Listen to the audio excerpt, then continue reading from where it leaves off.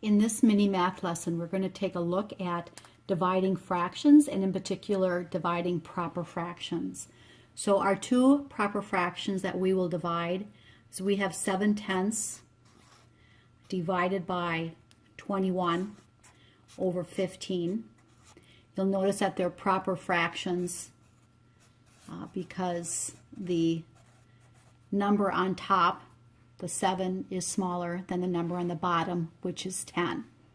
So when we divide these two proper fractions, essentially what we're going to do is there's three steps. We're going to take the first fraction, 7/10, and we're going to keep it the way it is. We're going to keep it as 7/10. Secondly, we will take our division symbol and we're going to change it to a multiplication. And then finally, we're going to take the 21 over 15 and we're going to flip those two numbers. So 21 over 15 becomes 15 over 21. We flip them, it's also called inverting them. So now our problem is changed. We're basically changing it from a division to a multiplication problem.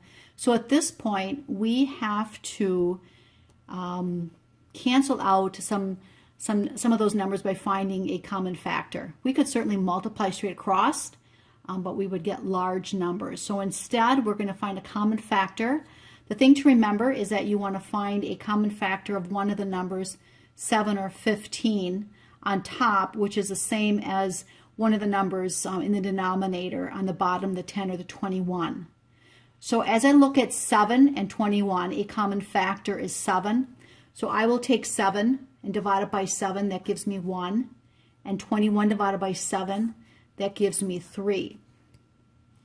I'll now take a look at the 10 and the 15, and a common factor of 10 and 15 is 5. So 10 divided by 5 is 2. 15 divided by 5 is 3. So at this point, I could multiply straight across, and I could multiply 1 times 3, and then 2 times 3. But I also notice that I have another common factor, and that is 3. So I can go ahead and cancel that out. 3 divided by 3 is 1 on top, and here 3 divided by 3 is 1 again. So what I'm left with is 1 times 1 in the numerator position, and in the denominator I have 2 times 1. And that then gives me 1/2, which is as low as it can go. When you're multiplying and dividing fractions or adding or subtracting, you always want to make sure that your answer is simplified. Let's look at another example of dividing proper fractions. In this example, we have 3/10 divided by 6 over 15. Again, we are going to keep the first fraction, 3/10. We will change the division symbol to a multiplication symbol, and we will flip or invert 6/15 so that it becomes 15 over 6.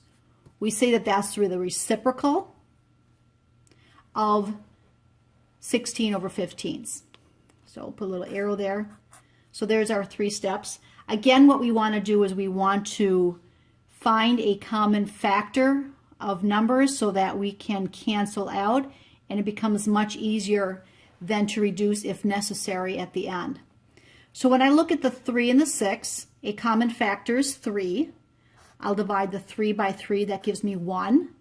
6 divided by 3 gives me 2. I'll do the same thing with 10 and 15. A common factor is 5. 10 divided by 5 is 2. 15 divided by 5 is 3. I'm now ready to multiply my numerators and my denominators. I have 1 times 3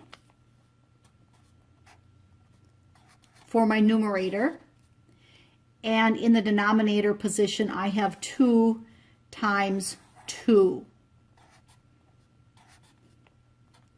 My answer is 3/4, and that is reduced. I cannot simplify it any further than that.